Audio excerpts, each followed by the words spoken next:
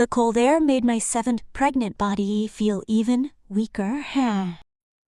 I sat on the edge of the bed, gently rubbing my stomach, trying to endure the pain that had suddenly appeared. The house had been very quiet since my husband left for work out of town 2 weeks ago. Usually, I always slept with my husband. But that night, there was only the sound of rain, the occasional flash of lightning, and the footsteps of someone walking slowly towards my room. Knock, knock. Mom, it's Arga. I immediately turned towards the door. Arga was my son-in-law, the husband of my daughter, Siska. They were staying at my house temporarily because they were saving money to buy their own house. Are you still asleep? He asked softly from behind the door. I smiled slightly even though my body felt weak. Come in. The door opened slowly. Arga came in carrying a glass of warm milk and medicine from my obstetrician. The doctor said you shouldn't be too tired, Mom, he said softly. I stared at his face for a few seconds. I don't know why, but since my husband left, Arga has always been the first person to pay attention to me. He often helps me walk, prepares food, and even accompanies when false contractions come in the middle of the night. And that night, when I almost fell because the pain in my stomach suddenly came again, Arga immediately hugged my body so that I didn't fall to the floor. My heart was beating fast. I could feel Arga's hands trembling as he supported my body.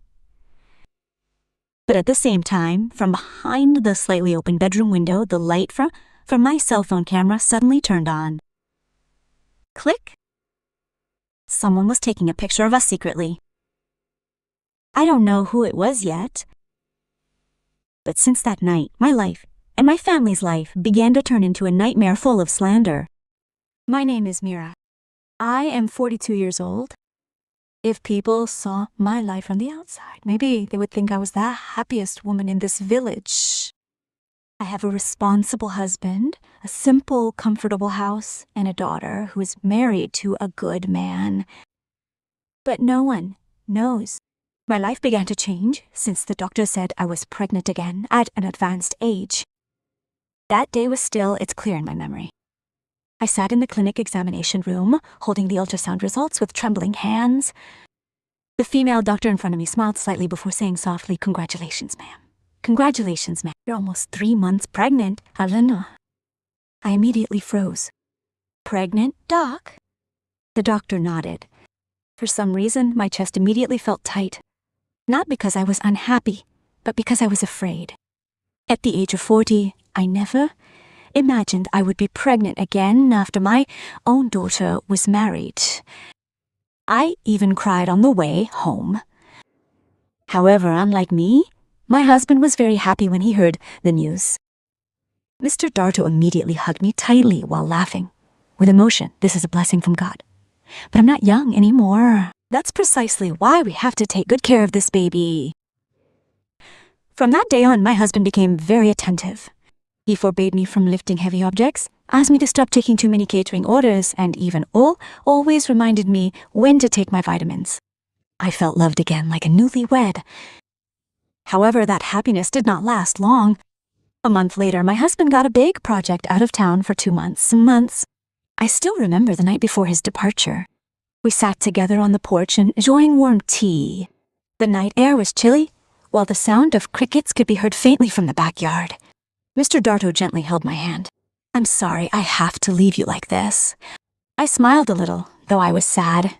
"It's okay. I can take care of myself." But my husband still looked worried. That's why he asked our daughter, Siska, and her husband, Arga, to stay at home temporarily until he got home. "Let someone help take care of Mom," my husband told them. Siska immediately agreed, while Arga just nodded slowly, as usual. Arga is a quiet type of man. He's only 27 years old, tall, and always has a calm look on his face. Even though he's only been my son-in-law for a year, he already respects my husband and me like his own parents. At first, I wasn't very close to him. We only spoke as needed at the dinner table or when we were hanging out with Siska. But since my husband left, Arga has become the one who helps me the most. He wakes up early in the morning to carry gallons of water before leaving for work. If I look pale, he secretly buys fruit or vitamins from the pharmacy. He even volunteered to take me to prenatal checkups several times while Siska was busy working at a boutique near the market. "I'll take you," he said one morning. "I actually feel bad. Aren't you tired?" Arga just smiled a little. "It's okay. Little things like that slowly make the house feel less lonely even though my husband is far away from town." However, my pregnancy turned out to be not as easy as I imagined. The bigger I got, the weaker my body became.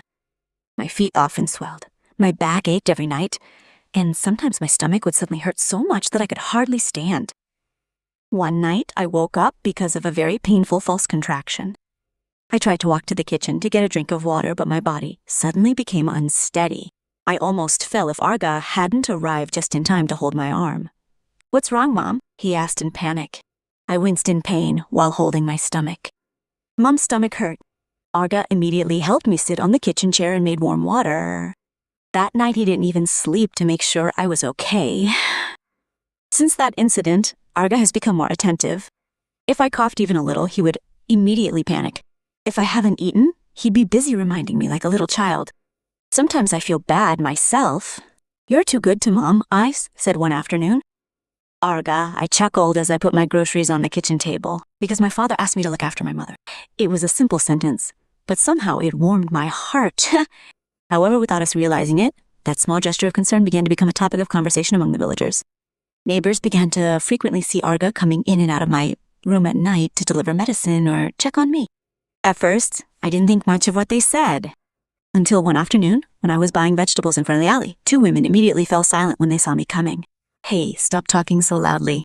But wasn't it strange? I pretended not to hear. Even though my chest was starting to feel uncomfortable, and everything got worse that rainy night. The night the electricity suddenly went out. The night the pain in my stomach came so intense that I almost fell in my room. Arga, hearing my screams, immediately ran in and hugged me to keep me from falling to the floor. But at the same time, the light from my cell phone camera suddenly flashed from behind the bedroom window. Click. Someone was secretly taking our picture. And that night, my life began to turn into a nightmare full of slander. The light from the camera from behind the window was still vivid in my head.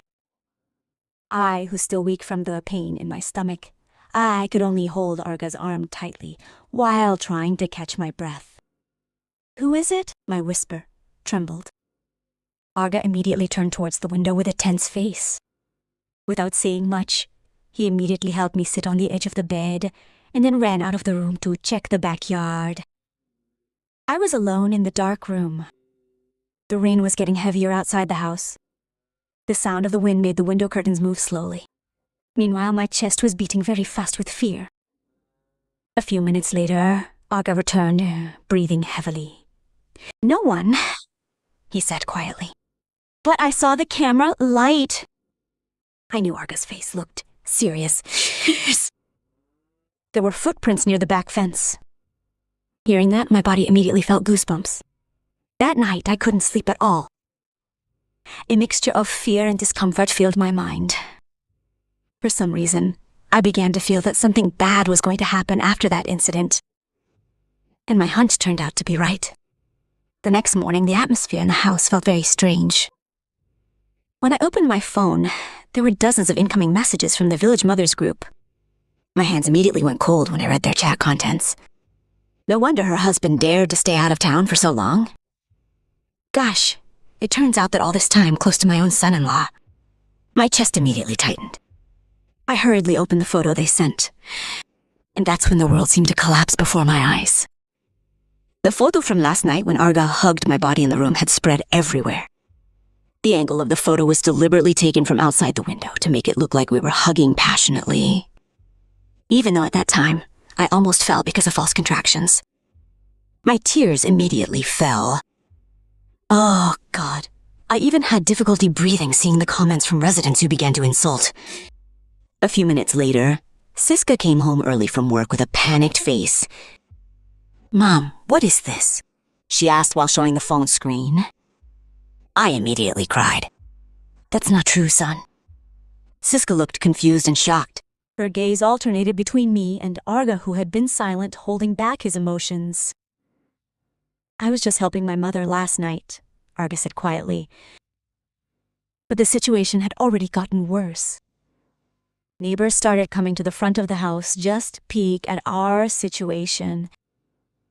Some even stood there gossiping loudly so that it could be heard inside the house. They had always seemed too attentive. Oui. Poor husband. I felt truly devastated. I had never been humiliated like that in my life. The one who scared me the most was my husband. I didn't know if he had seen the photo or not, and that fear finally came true that afternoon. My cell phone rang. Mr. Darto's name appeared on the screen. My hands immediately trembled. I picked up the phone slowly. "Hello?" But my husband's voice sounded very cold. "Mira, what really happened at home?" My tears immediately fell again. It was just a misunderstanding. But the photo had already spread everywhere.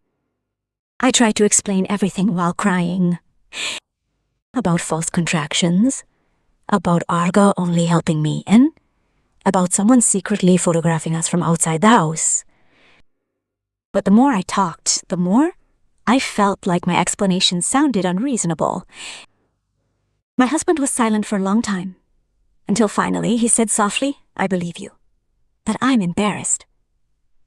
Embarrassed, same as what people say. Those words felt like a knife stabbing me slowly in the chest. The phone immediately disconnected. I sat weakly on the sofa crying. Siska had to calm me down, but I could see her face was also full of stress. Meanwhile, Arga had been standing still, clenching his fists tightly. That night, the atmosphere in the house became very quiet. No one said much during dinner. Even the sound of a spoon falling on a plate was very clear in the silence. I started to feel guilty. If only Arga hadn't helped me so often. If only I hadn't asked for company. Maybe all this slander wouldn't have happened. But everything got worse when the next night I heard the sound of a rock being thrown onto the roof of the house. Crack. I was immediately shocked and held my stomach. Siska screamed softly from the living room, while Arga rushed out of the house to check on the situation. A few seconds later, the sound of running footsteps was heard from the back alley. Arga tried to chase the person, but failed. When he returned home, his face was full of emotion. "Someone deliberately destroyed this house," he said angrily. I started to get scared. Why are they doing this to us? Arga didn't answer. But that night, I saw something I'd never seen before on my son-in-law's face. Anger. And from that night on, Arga became determined to find out who had destroyed my family's good name. I could see a big change in him. Usually Arga was always calm and rarely spoke. But after our house was terrorized and the photo spread, his face almost always looked tense, sigh. He began staying up late at night on the front porch, watching the narrow alley near the house. As for me, I began to live in fear. Every time I left the house, I felt like everyone was talking about me. The stares from the residents turned sharp. Some women even deliberately stopped talking when I passed, only to whisper again as soon as I left. The most painful thing was when I heard someone say softly in the shop, heavily pregnant, yet close to my own son-in-law. That sentence made my legs immediately go weak. I went home crying all the way. That night, I locked myself in my room, unable to bear the growing shame every day. Siska tried to calm me down, but I knew she was also starting to feel depressed. Her relationship with Arga had slowly turned cold since the slander spread. They were often quiet. I even overheard them arguing in the kitchen a few times. "You're too attentive," Siska snapped at her mother. One night, Arga stared at his wife with a disappointed expression. "If it were your own mother who was sick, should I have just kept quiet? But now everyone is talking about you." I, who heard from the other side of the room, immediately started crying again. I felt like I was the cause of the destruction of my own child's household. The next day, I decided to talk to Arga. He was sitting alone on the back porch, smoking a cigarette. I walked over with a heavy heart. No. Arga quickly put out his cigarette. Mother wasn't asleep yet. I sat down slowly in the chair next to him. The night air felt cold after the rain that afternoon. "Starting tomorrow, you don't have to help me so often anymore." Arga immediately looked at me in surprise. "Why?" "I don't want your household to be destroyed because of people's gossip. Arga's face turned sad. "You believe me, right?" I immediately nodded quickly. "Of course, then. Let me find out who did it." I lowered my head slowly. Sometimes slander doesn't need proof to be believed. Arga was silent for a long time, but his gaze seemed increasingly convinced. "I don't care what people say. The important thing is that Father and Siska know that we are not wrong." Hearing that, my chest felt warm and sad at the same time. However, it turned out our problems weren't over. A few days later, an anonymous account began spreading new photos on the villager's social media manager. Photos of me sitting with Arga in the living room.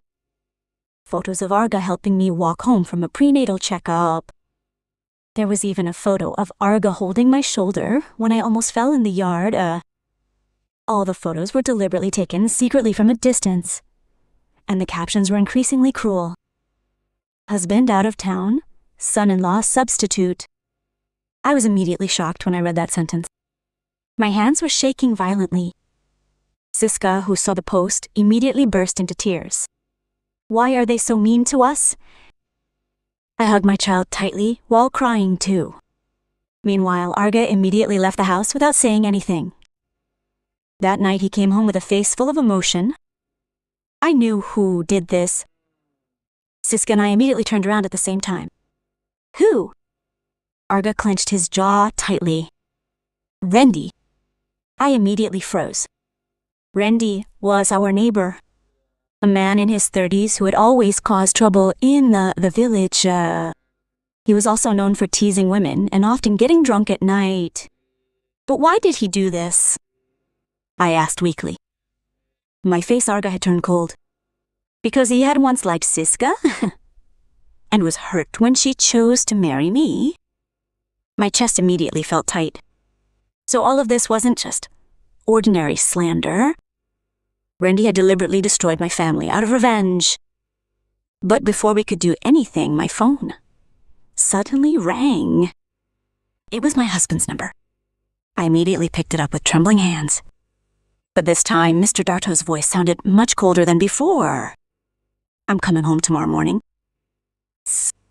My heart immediately dropped. I didn't have time to explain anything. He continued his sentence in a tone full of disappointment. "And I want to hear everything directly from you." The phone disconnected. The house was immediately silent. I stared at Arga and Siska with ragged breaths. Because for the first time, I was truly afraid that my family wouldn't be able to survive after tomorrow morning came. That night, no one could sleep. I continued to sit in the living room, hugging my stomach, which was increasingly tightening from stress. Siska cried silently in her room. Meanwhile, Arga stood guard on the front porch with a stressed face. The once warm house now felt like a foreign place. The clock ticked slowly, making the atmosphere even more suffocating. And with each passing second, the fear in my chest grew. Less. I was afraid of losing my husband. I was afraid my child's marriage would be destroyed. I was afraid the baby in my womb would be affected by all this pressure. As dawn approached, the sound of a car stopping in front of the house made my entire body tense. Mr. Darto had come home. I stood slowly, my legs trembling. The door opened. My husband entered, his face tired and his eyes red as if he hadn't slept all night. His briefcase was still slung over his shoulder, but his gaze fell directly on Arga, who was standing in the living room. The atmosphere immediately felt cold. Yes, Siska's voice was soft. But Mr. Darto didn't answer. He walked in, looking at each of us. And for the first time in our marriage, I saw such disappointment in my own husband's eyes. Dad, I said softly. I'm tired of hearing people talk. The sentence made my chest tighten. I quickly tried to explain everything again about the photos, about Randy terrorizing our house, and about Arga only helping me during my pregnancy. But before I could finish, Mr. Darto suddenly shouted loudly, "If there was nothing wrong, why did it happen? Is this it?" I immediately fell silent. My tears just fell. I'm just afraid of losing this baby, I whispered weakly, but the atmosphere was already too chaotic. Siska also cried while trying to defend Arga. Arga wasn't wrong, right? But Mr. Darto, already filled with shame and emotion, became even angrier. He glared at Arga sharply. You as a son-in-law should know your limits. That sentence made the whole room suddenly silent. Arga, who had been silent till now, finally lowered his head slowly. Dad is right. I immediately turned around quickly. I've been too close to Mom. It's not your fault. I snapped while crying. But Arga smiled bitterly. If I hadn't interfered so much, maybe none of this would have happened. Siska immediately held her husband's hand. Jeet, don't say that. But Arga slowly let go of his wife's grip. I'm leaving this house. I immediately panicked. Don't. However, Arga still walked to his room to get his bag. I tried to stand up after him, but the pain suddenly stabbed my stomach so hard. My body immediately went weak. Siska looked around in panic. Mom. I fell to the floor holding my stomach, which was in so much pain. My breathing began to become irregular. Mr. Darto immediately turned pale when he saw the blood dripping onto the floor. Oh God, Mira. The atmosphere in the house turned chaotic. Arga, who had been about to leave, immediately ran to me. Mom, look at me. Take a breath. I cried in pain while holding his shirt tightly. Okay. Without thinking, Arga immediately carried my body out of the house and to the car. Mr. Darto and Siska also panicked and cried. Throughout the trip to the hospital, the pain in my stomach became more intense. I could hear Mr. Darto's voice continuously calling my name from the back seat, while Arga drove with trembling hands and eyes full of fear. When we arrived at the emergency room, the doctor immediately took me inside. The examination room door closed. And for the first time since all this slander began, my family could only sit silently outside the room in fear of losing someone they loved. However, the biggest trial was not over yet, because a few minutes later, a nurse came out with a serious face saying, Cocok, we have to choose quick action, or the lives of the baby and the mother are both in danger.